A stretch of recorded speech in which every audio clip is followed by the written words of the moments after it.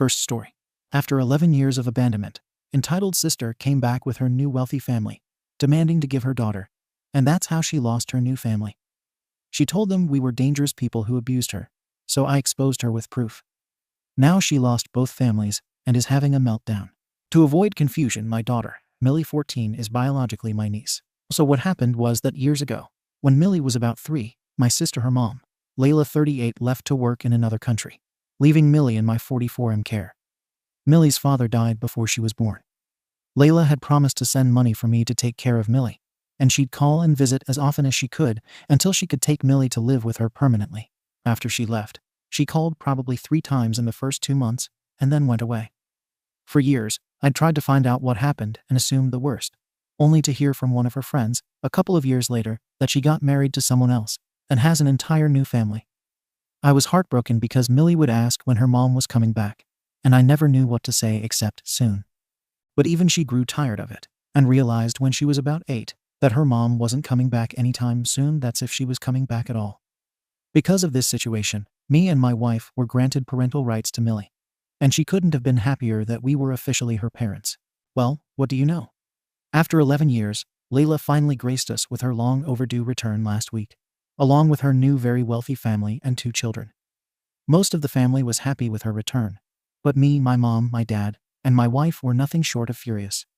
She tried to explain, but all that we heard was, "I abandoned my own daughter and made a new family." As if that wasn't enough, she practically demanded her daughters back. Mom and Dad weren't having it at all and told her Millie belongs with me and my wife, and that she no longer has any right to her. Well, there she goes screaming at me about stealing her daughter because I was infertile. And to hear that come out of her mouth hurt me in a way I've never been hurt before, to the point where I cried and left. Me being infertile has always been my weak point, and for her to casually bring it up like that, despite being my sister, broke me. For the next few days, I prevented her from contacting Millie, and I haven't told her that Layla is back because I'm scared I'll lose my daughter. I'm a human being too. I get attached, especially to someone I've had to raise, and that too out of my own pocket, not that I'm complaining. I believe Millie is my daughter, and I can't let her go back to the very same woman who abandoned her. Does this make me edit? I'd like to thank each and every one of you. All your criticism is valid, and I really appreciate you guys for making me realize that I might lose my daughter by keeping her mom away from her. I'd also like to apologize for the way I phrased some of the things. By no means do I think of my daughter as some possession. She is her own person and doesn't belong to anyone. As such, I've changed the phrase belong to belong with to accurately represent what was meant. I love you guys for all the support you've given me, and I definitely will consult a lawyer. Me and my wife have agreed to tell Millie about her mother tonight, and we will make sure it's all about how she feels and not about us. Update. I would like to apologize for not responding to the comments and messages I've received lately. Things have been tough ever since we told Millie about Layla's return. After all the support and advice, you deserve an update on the situation. I don't even know where to begin, really. Everything has been a mess. Way too much happened the day after we told Millie. Since there's no word limit here, I'll try getting into as much detail as I can. That night, we told Millie that Layla had returned, and for a good few minutes, she was looking at us, as if waiting for us to say we were joking. But after she realized we were not, she broke down into tears, and it hurt. Of course, she wanted to know more, and though we were hesitant, we ended up telling her about Layla and her new family. I'd never seen her that furious. She was all over the place, throwing stuff around, and we let her because she needed to let it all out. For the night, she refused to talk to me since I should have told her the moment she came back, and my wife stayed with her for the night. Her anger subsided by morning, and we patched things up. At first, she wasn't sure if she wanted anything to do with Layla, but we let her make that choice, and she wanted to see her. And oh, so God help me with that woman. We set up the meeting for her and Layla, but she brought her entire family to the house along with her expensive gifts, and everything went downhill from there. I need to mention a very important part that should have made Layla realize she truly abandoned Millie. Along with the family was her sister-in-law Tanya, who was about the same age as her. When both of them entered, Millie could not even recognize who among them was Layla, and they looked worlds apart from each other. I had hoped that was enough to convince her to see what she did, but she carried on and pointed out that she was Layla, all while attempting to get close to her, even when she was clearly distancing herself. It got so bad that my wife had to come in between them, and her husband had to pull her away. That's when she started yelling at my wife for coming in between her and Millie, also accusing her of replacing her. What was there to replace? She was never there to begin with, and wow, what a first impression she made on the kids she abandoned. Millie became infuriated once more, and things were said. When I say she said what needed to be said, I mean it. It was a serious situation, but my wife and I were struggling to hide our smiles when Millie told Layla off. She called her cruel, selfish, disgusting, evil, and many more vile words to express her hatred towards her. Tanya had to take Layla's kids outside. Normally, I'd not entertained the vocabulary Millie was using, but for this specific instance, I just had to allow it. She was too worked up after this, and I had to take care upstairs to calm down. Now it was just me and my wife versus Layla and her husband. And along came the usual chorus. She accused us once again, now saying we influenced Millie to hate her. She was in tears, and for a minute, I felt sorry for her. My wife politely asked that we discuss this like adults. Now the revelations begin, and honestly, I rest my case. As we were recalling events from the past, and why Layla never contacted us again, Jeremy, her husband, was visibly confused. He looked lost, completely lost, to the point where I thought he wasn't feeling well, and I offered to take a walk. And well, we started talking about this matter, and I was beyond shocked. According to him, when he and Layla met, she never said anything about a child, and only after the marriage did she reveal she had a child. Not by choice anyway, because he found out from one of my billion texts to her regarding Millie. She further lied and said my family forced her to give up her child to me because I was infertile and desperate for a child that shared blood with me. But it doesn't end there. When Jeremy wanted to read the rest of the texts, she deleted them because I was apparently insulting and making threats to her that were so disturbing she didn't want Jeremy to see them. Of course, I showed him the text from my phone, and he couldn't believe it. It gets even worse. It was said that I was preventing her from contacting Millie, and she didn't even want to involve the police in the matter because me and my family were dangerous. So she thought it was best not to contact us anymore to protect her new family. At some point, I was thinking to myself how incredibly stupid Jeremy was to believe Layla's blatant attempts to cover the fact that she abandoned a child. But I feel for the guy.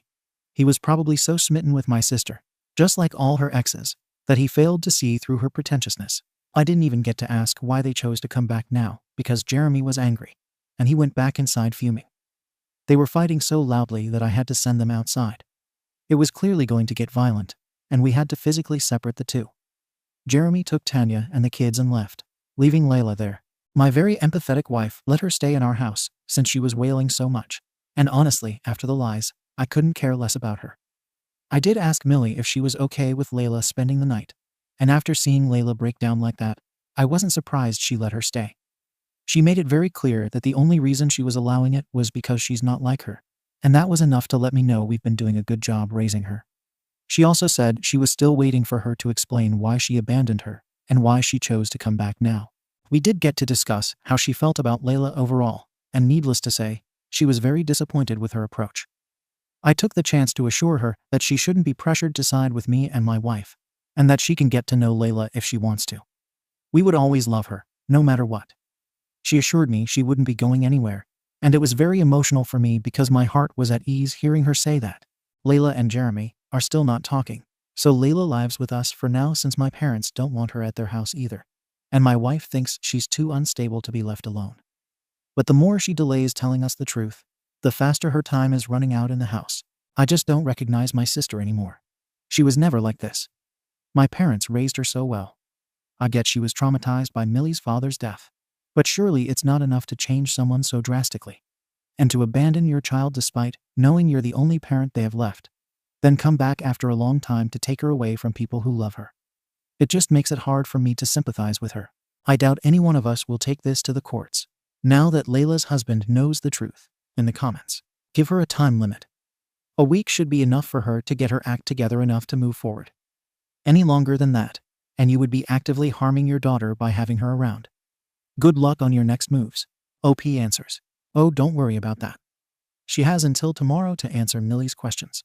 She can come up with the most saintly explanations, but the lies that she told her husband and his family will be her downfall. I know for sure nothing she says will ever convince Millie, and I did tell Layla that I'll drag her out myself if she doesn't leave tomorrow, regardless of the explanation, and I would have the abandonment charges pressed against her. I just hope it doesn't come to that, and she just apologizes and peacefully exits our lives, because even now, I still haven't heard a single sorry from her. I can see she's taking advantage of my wife's empathetic nature. But I'm going to end it. Final update. I've been noticing a lot of traction from my updates, and I can see you all want an update. First, I would like to address the skepticism around my posts. I understand where you're all coming from, and honestly, I expected a lot more people to say I made it up, because, even to me, it all seems unreal. I can't control whether you believe it or not. But regardless, I thank those who have given their support. As for the text messages, I have always kept them over the years, ever since Layla went away. They weren't just on one platform, but on a lot of others. It was also advised by our lawyer to keep them. And that's how we also got Millie's custody. I know from the reader's perspective, it seems everything happened fast, but I assure you it didn't. But I have to apologize. I cannot give you a detailed update about Layla's answer, at least not in a post. Yes, it is that bad. Layla's secret is only between me, my wife, and her. She told Millie it was because of her mental instability, but that was only surface level. Millie did tell her it was great that she eventually came back for her, but things are better with her gone, at least for now. The real reason would be to crush my daughter. We can't tell her until we're sure she can handle it, but I don't see us ever telling her something as horrible as this. Now I know my sister is dealing with her unresolved trauma that has made her the horrible person she is today. She has left, and I made her swear to never come back. But I know better than to take Layla's word for things, so I had to make sure in my own way. I didn't do anything illegal, if that's what you're thinking. Jeremy did come back before finally leaving to apologize to Millie about Layla's actions and tell her she's always welcome at his home and can get to know her half-siblings if she wants to. I don't know what will happen between Layla and Jeremy, but for her sake, she had better lie herself out of this one too, because if she tells Jeremy what she said to me, she might not even see her other kids again. But then again, it would be good if the kids were raised by Jeremy and not Layla until she saw a psychiatrist. I don't know how to feel about Layla now. On the one hand, I can see she is dealing with heavy, unresolved trauma that needs professional intervention. But on the other hand, no mother feels the way she feels about my daughter. I am, by all means, going to delete this update after some time. If you do want to know what Layla said and can guarantee that you will never share it anywhere else, message me. I can't have it in a public post. I've already told a few I trust about the whole thing, and I truly hope they have kept it to themselves. Second story. My son introduced his new girlfriend after a messy breakup with his ex. Then, his girlfriend dropped the bomb, saying she is trans. How can I introduce her to my husband? I apologize for any issue with the post, as I don't really use Reddit. But I couldn't think of anywhere else to ask for advice anonymously. I have 3 sons, 32, 28, and 26. All of my sons are very successful young men and are on their own. My oldest and youngest were always very outgoing, and were kind of party animals in high school and college. My middle school focused on his grades and future from a young age. He moved the youngest into his own home. Anyway, my middle had a very bad ex-girlfriend. I would like to say worse, but I read the rules here. Basically, they dated since 17, and she cheated on him several times. My son never left because he loved her, but eventually he realized she was a bad woman and left her. It only took 8 years. Anyway, my oldest got married at 29, and my youngest is engaged. They give my middle son a lot of crap because he is single, but I always say that his ex kind of messed up his sense of love and confidence. They don't understand what he went through. My husband agrees. 6 months ago, he started dating this new girl that we just met yesterday. I was happy to hear that he found someone. She is very educated and smart, according to him. They have similar personalities and interests. Considering my middle is kind of a nerd, that made me very happy to hear. Anyway, I wanted to meet her immediately. My son said that she is very shy, and that it would take her time. 6 months later, she told him that she was ready to meet us. So Friday afternoon, my husband decides to grill. Everyone comes over. Then my son and his new girlfriend show up. This beautiful girl walks in, holding his hand and standing behind him. He was right. She is very shy. We all introduce ourselves, and we will call her Sadie. Sadie was quiet, but said hi to everyone. She honestly associated the most with our dog that night. My sons go out and help their dad cook. My daughter-in-law goes out with my grandbaby, and my soon-to-be daughter-in-law and her are best friends when they go out together. I ask if Sadie would like to help me finish the sides and chop some stuff. She says sure. I just ask how they met and have typical conversations. Eventually, my middle son comes up behind her, and pokes her booty. She gives him a really look and hits him in the arm, and he grabs her and picks her up as they laugh. I say put her down. Don't be so rough on her. My son just says okay, puts her down, and goes back out. I said, sorry, 3 boys. Sometimes they are a little too rough, but he is harmless. She said, I know he is. I used to wrestle with my dad and brother growing up too. I said, your mom let her daughter wrestle her older brother and dad. She said, well, I used to be a boy, so I guess it was different, and giggled. I froze. I said, what? Her face went snow white, and immediate tears rolled down her face. She said, he didn't tell you. I said no. She said, I think I should leave. I am sorry. I grabbed her and said, no, stay here. I said, does my son know? She said, yes, he knows. She then said, I always bring it up first, so if there are issues, we don't waste each other's time. To be honest, I am very surprised. But my son has never been so happy, so I dropped it. I honestly just couldn't believe it. I mean, you would never know. She is gorgeous. She asked if I thought of her differently. I said that you make my son happy, and as long as you treat him right, I won't care. She just said thank you. I called my son today because his dad wants to get to know her more and wants to go to dinner with just them and us. He said sure. I brought up our conversation, and he said he knew. He said that she is just really shy about it and doesn't talk about it at all. She just tried to run under the radar.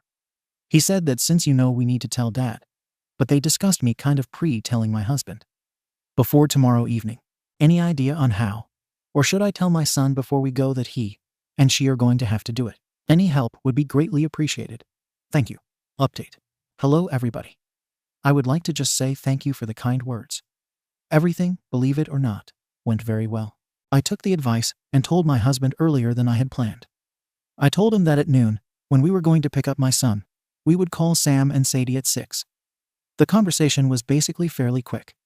I just told him I needed to tell him something, and he had to promise me not to be upset. He just said, speak. I just said Sadie is trans. He just went, okay.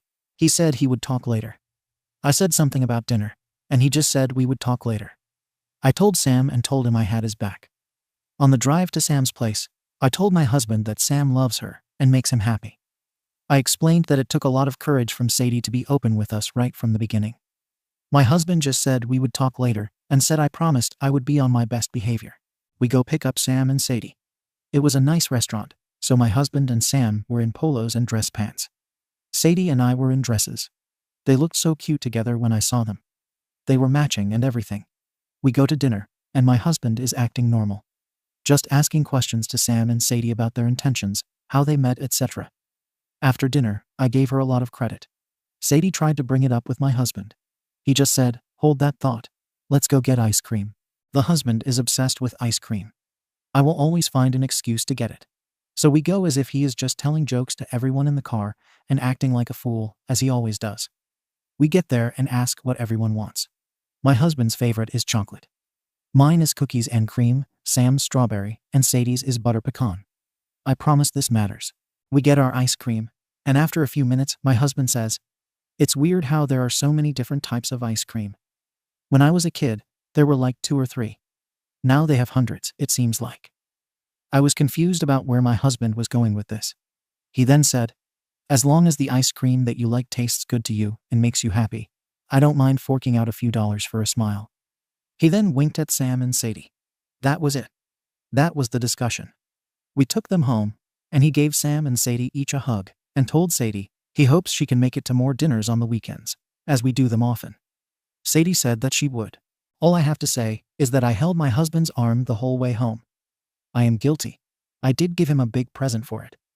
Thank you everyone for your support and kind words. It seems everything is going to be fine.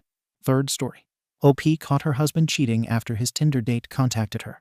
So she took her revenge and planned to dump his sorry arse. We have 3 small children together, and he stopped eating me out after I gave birth.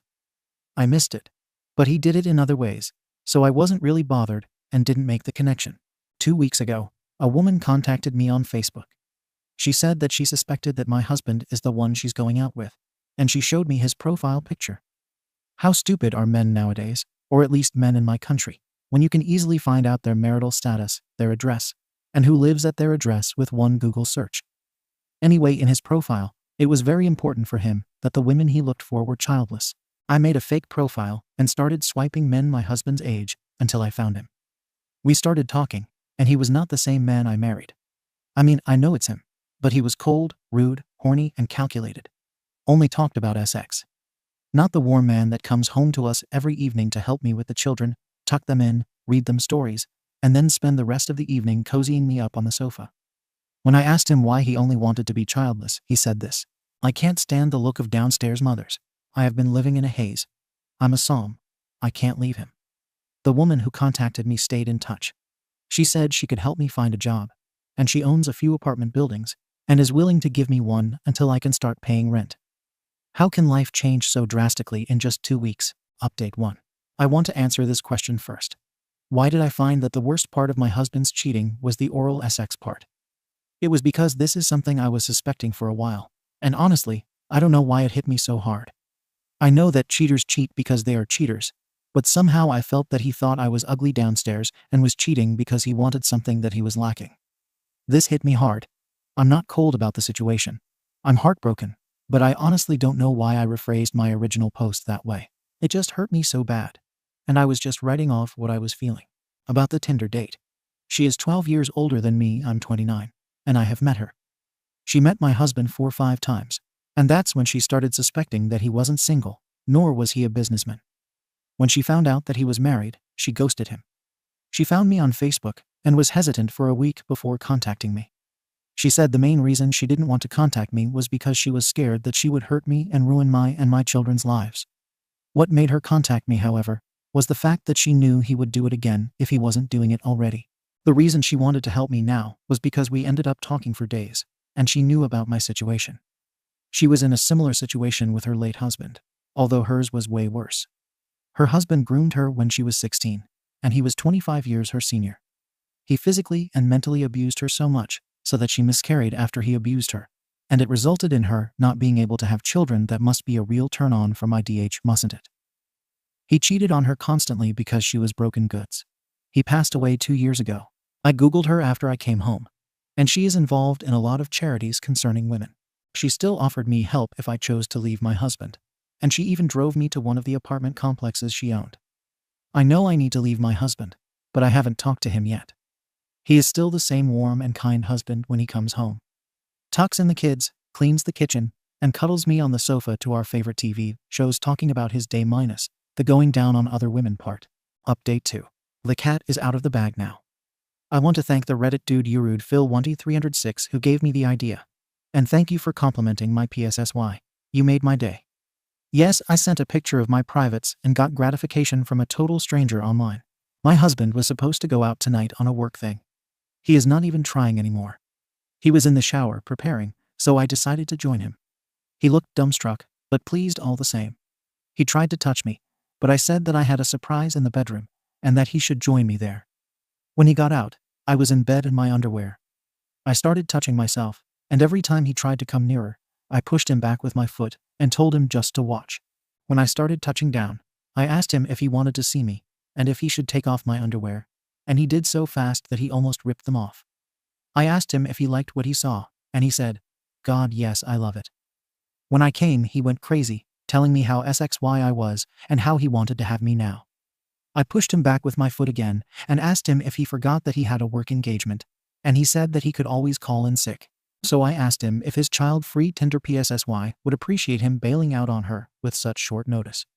He looked even more dumbstruck now and started panicking and apologizing. He said that that was nothing, that he was going to cancel anyway because he was feeling guilty. I told him that I knew more than he could imagine, and to save himself the embarrassment of lying when I knew much, much more. I took another shower because I felt disgusted with everything, and the rest of the evening I spent with my children, having an Ice Age marathon. He left 4 hours ago and has been texting me all evening and night. I'm an art major, but I have been thinking about taking a semester or 2 to become an art teacher. It is a decent job. After asking my husband to leave, I called the Tinder lady, whom I wished with all my heart would become a friend of mine.